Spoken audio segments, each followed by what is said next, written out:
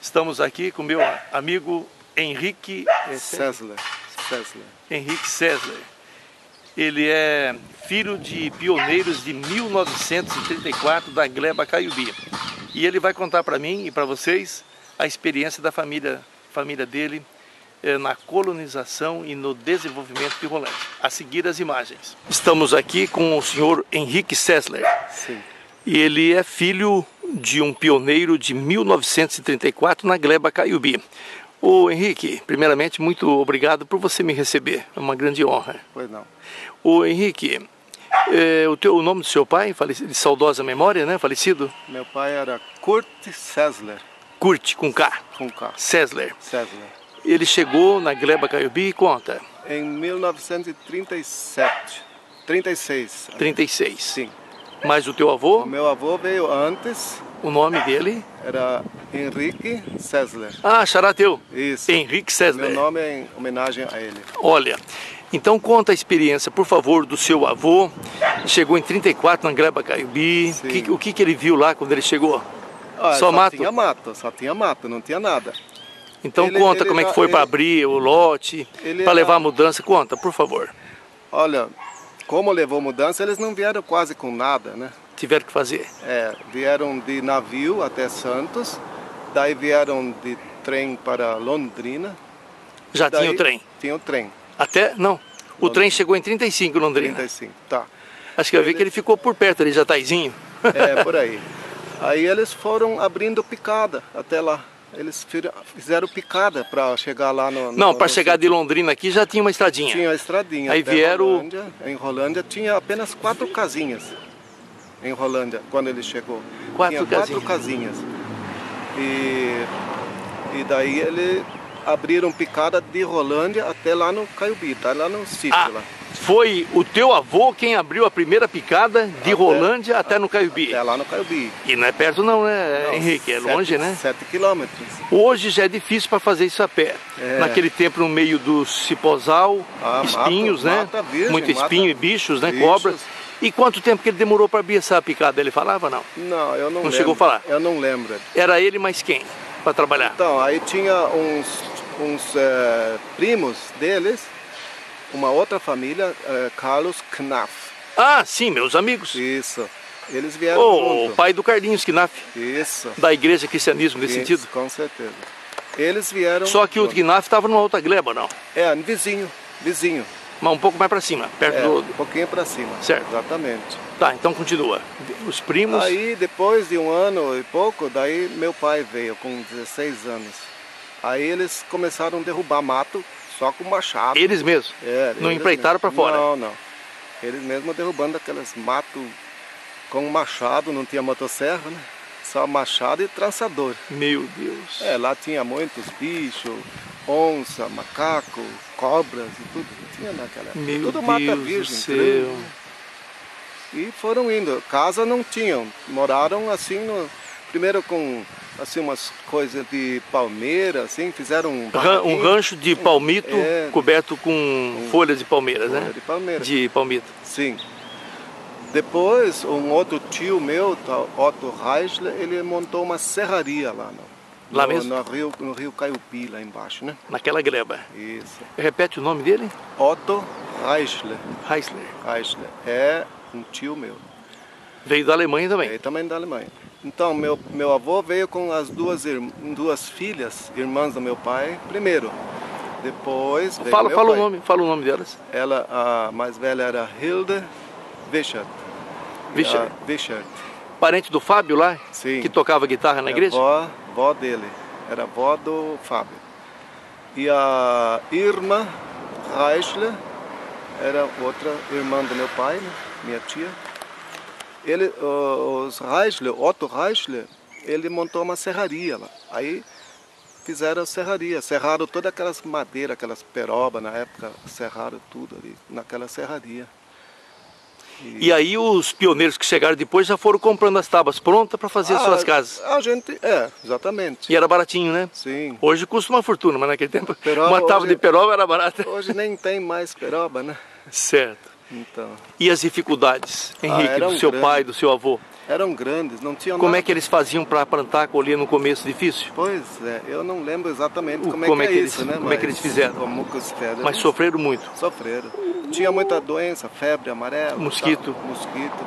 Inclusive, Um desconforto total. Total. Se precisasse do médico, não muito tinha. longe. Inclusive, meu avô, ele era homeopata. Ainda bem, né? Então, isso. E ele que curava todas, na época, as enfermidades. Nós, os netos dele, nós com fomos plantas. Tudo com plantas, né? Ele era homeopata. Ele era muito estudioso, ele já sabia mais daqui do Brasil, quando ele estava na Alemanha, do que os próprios brasileiros. Porque ele estudou muito o Brasil aqui, sabe? Conta alguma história, Henrique, assim, de alguma dificuldade muito grande do seu avô, do seu pai no começo, na área de medicina, ou para fazer compra, como é que era? Muito difícil, né? Para comprar açúcar, querosene, sal... Olha, no começo, sim.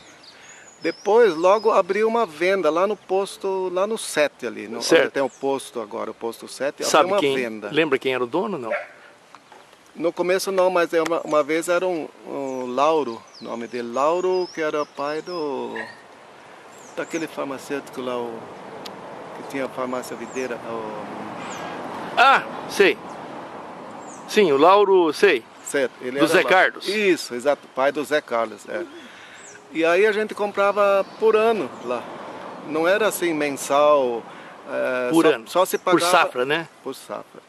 Safra era café, né? Na época todo de uma mundo safra para outra safra do café. Café só dá uma safra por ano. No mês de junho, por aí, né? É. Por aí, julho, né? Julho, agosto, né? Que daí quando vendia a safra, aí ia lá pagar. Correndo pagar. O ano inteiro. A compra do ano todo. Mas fala mais alguma experiência assim? Foi muito difícil. Foi difícil, mas... Ele chegou a se arrepender, querer voltar? De jeito maneira. Alemão forte mesmo. Ele se apaixonou pelo Brasil, pelos livros, aí ele veio pessoalmente e conferir tudo. Quantos alqueires eles compraram ali na época? Meu avô comprou 20 alqueires. Daí dividiu entre os filhos dele, né, no caso. As minhas duas tias e meu pai. E ele falava assim que costumava caçar também para... Não, caçar não. Para conseguir alimento, não chegaram a caçar? Nunca caçaram. Ah, porque era costume, né? Era, mas eles não caçavam. Porque carne naquele tempo era difícil, né? Era difícil. Para matar um boi assim. Porco, assim, galinha. Mas demorou também para começar, né? No começo, sim. Para conseguir o plantel, né? Sim. Carlinhos e Henrique, estou com o Carlinho, o outro vizinho lá. Sim. Ô Henrique, os vizinhos do seu pai e do seu avô na época, lembra alguns? Bom, tinha os casados. Já estavam lá no começo? Bem no começo não, né? Demorou um pouco.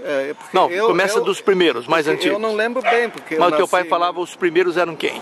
Dietrich? Dietrich, sim. Dietrich tinham na frente... Quem chegou primeiro? O teu pai, teu avô ou o Dietrich? Meu pai e meu avô. Antes do Dietrich? Sim. A família Dietrich também sofreu bastante. Ah, com certeza. Junto com o teu avô. Sim. Bom, continua, depois eu tenho uma pergunta. Quem mais você lembra? Casado, Dietrich? E depois os meus tios, né, que ficavam em volta, né? Mas vai falando o nome. Carlos Knaf, né? Os Knaf, família Knaf. E os Wichert, que era meu tio, e para baixo era a minha tia, o Reichler, né? Otto Reichler. E depois, mais para frente, quem você lembra? Pode ser assim, já dos anos, final dos anos 30. Loos. Alemão também. Alemão. Aquela gleba então era alemã. Era tudo alemão. Era alemã. Daí tinha os Irmscher, né? Os Irmscher. Não era bem. Parente do Kurt Irmscher. Isso. Que depois virou eletrotécnico, né? Isso.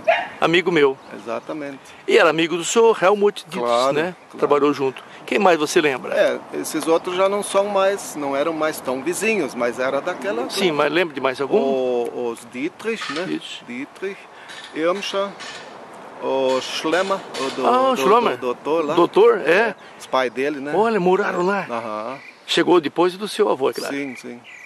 Olha quase assim, mesma época, assim, mas... Qual que você acha que foi a greba que teve mais alemães em Rolândia? Foi a São Rafael ou essa vossa, Caiubi?